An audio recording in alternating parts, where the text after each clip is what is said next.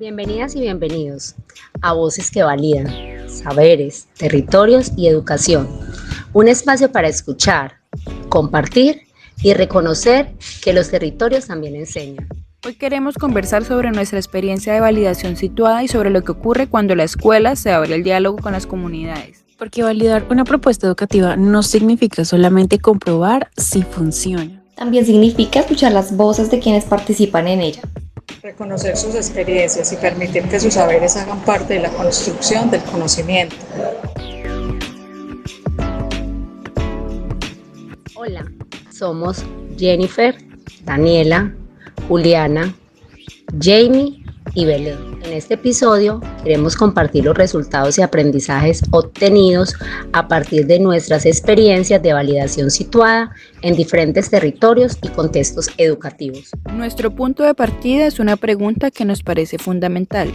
¿Qué pasa cuando dejamos de entender la investigación como un informe que solamente leen académicos y comenzamos a entenderla como un diálogo?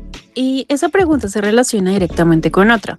¿De qué manera los formatos tradicionales de divulgación académica, centrados principalmente en lo escrito, pueden limitar la participación y la visibilización de las voces comunitarias? Muchas veces las experiencias de las comunidades quedan reducidas unas pocas citas dentro de un documento. La persona participa, cuenta su experiencia, pero después su voz desaparece detrás de un lenguaje académico. Jamie, por eso escogimos el formato de podcast.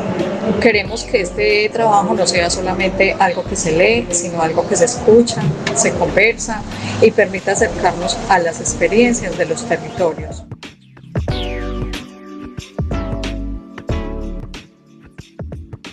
¿Qué aprendimos durante la validación situada? En mi experiencia, uno de los aprendizajes principales fue comprender que una mediación didáctica no puede diseñarse pensando únicamente en lo que creemos que necesita la comunidad.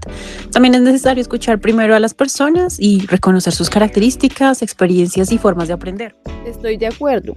En mi caso también fue importante entender que validar permite encontrar aspectos que desde el papel no siempre podemos identificar. Una actividad puede parecer adecuada cuando la diseñamos, pero cuando la llevamos al territorio aparecen nuevas necesidades, opiniones y posibilidades de transformación. Y ahí aparece algo que considero fundamental, la participación. Cuando las personas pueden opinar sobre una propuesta educativa, dejan de ser solamente receptoras y se convierten en participantes de construcción. Exactamente, y eso se relaciona con lo que plantea Sales Solano Estíbales y Escobedo Peiro sobre la movilización del conocimiento. Ellos resaltan la importancia de la construcción y del establecer una comunicación horizontal entre quienes investigan y quienes participan. Entonces podríamos decir que la validación no termina cuando obtenemos una respuesta de si funciona o no funciona. Claro que no. La validación nos permite preguntarnos qué debemos modificar, qué debemos conservar, qué nos están diciendo las personas y sobre todo qué podemos aprender nosotros de ellas. Y eso cambia completamente nuestra manera de entender una propuesta educativa. Ahora pensemos en algo interesante. Nuestras experiencias no ocurrieron exactamente en los mismos contextos. ¿Qué encontramos al compararlas? Encontramos diferencias, pero también muchos puntos en común. Cada territorio tiene características particulares, pero en todos aparece la necesidad de que la escuela dialogue con la realidad de las personas. Por ejemplo, en los contextos rurales pueden tener mucho peso los saberes comunitarios, la memoria, la oralidad, las prácticas culturales y la relación con el territorio. Mientras que en los contextos urbanos aparecen otros escenarios de aprendizaje, los barrios, las organizaciones sociales, los espacios culturales, las tecnologías y las experiencias cotidianas. Y los medios digitales pueden convertirse en un puente entre esos escenarios. Sí, pero hay algo importante. Utilizar la tecnología no significa reemplazar los saberes tradicionales o comunitarios. Jamie, más bien significa encontrar nuevas maneras de documentarlos, compartirlos, ponerlos en diálogo con otros saberes. Eso también nos lleva a pensar en la inclusión. Si solamente consideramos como conocimiento válido aquello que aparece escrito en un documento académico, dejamos por fuera a muchas voces. La validación situada nos recuerda precisamente lo contrario, que el conocimiento puede construirse desde la experiencia, desde la conversación y desde las realidades del territorio. Ahora queremos escuchar directamente una de las voces que participaron en nuestro proceso. ¿De qué manera crees que escuchar las experiencias y los saberes de las personas de una comunidad puede ayudar a mejorar la educación en su territorio? Para conocer otra mirada sobre este tema, le preguntamos a una persona de la comunidad. Cada comunidad se distingue precisamente por su idiosincrasia, y esa idiosincrasia se genera a raíz de las experiencias y el conocimiento adquirido a través de los años. Y esta hace que las personas transmitan a las nuevas generaciones sus tradiciones, sus experiencias, sus conocimientos, para que las mismas sean puestas en práctica y lograr los objetivos comunes que dichas comunidades se proponen con el paso del tiempo y genera progreso y desarrollo para las mismas.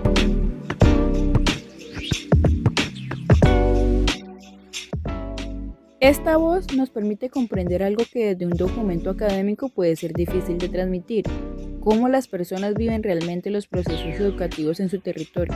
Escuchemos ahora otro relato. ¿Qué importancia tiene que una propuesta educativa pueda cambiar después de escuchar las opiniones y experiencias de la comunidad? Bueno, pues es muy importante porque la comunidad conoce de cerca sus necesidades y su realidad. Escuchar sus opiniones permite identificar aspectos que quizás no habíamos tenido en cuenta y hacer ajustes para que las propuestas sean más pertinentes y cercanas a las personas.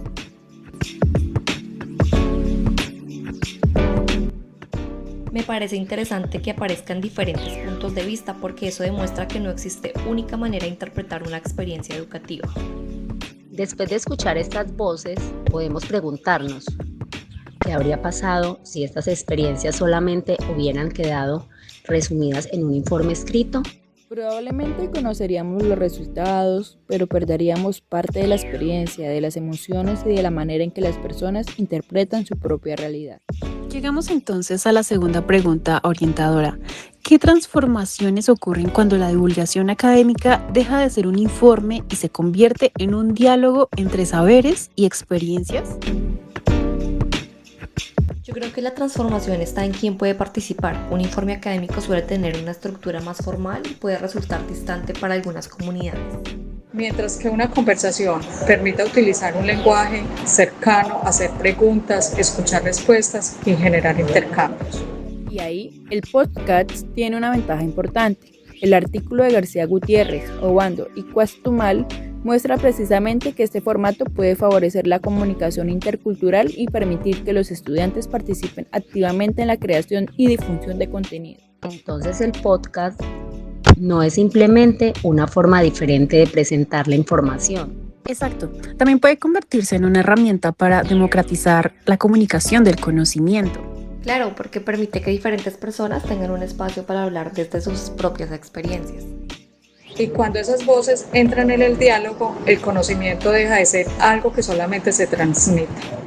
Se convierte en algo que se construye colectivamente. Y es justamente lo que significa para nosotras diálogos que validan.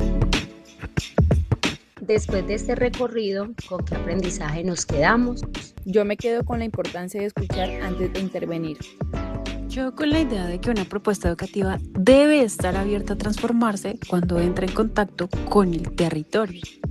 Para mí el principal aprendizaje es que las comunidades no son solamente fuentes de información, son protagonistas y productoras de conocimiento. También aprendimos que existen diferentes maneras de comunicar lo que investigamos. La escritura académica es importante, pero no debe ser la única forma de hacer circular los conocimientos. Por eso elegimos conversar, porque escuchar las voces, comparar experiencias y reconocer las diferencias nos permite comprender que validar también significa aprender. Gracias por acompañarnos en este recorrido por diferentes experiencias y territorios. Esperamos que este diálogo nos recuerde que cada territorio tiene conocimientos, historias y experiencias que merecen ser escuchadas. Que la educación pueda construirte desde el encuentro, desde la participación y desde el reconocimiento de los saberes de las comunidades. Gracias por escucharnos. Esto fue Voces que Validan, Saberes, Territorios y Educación.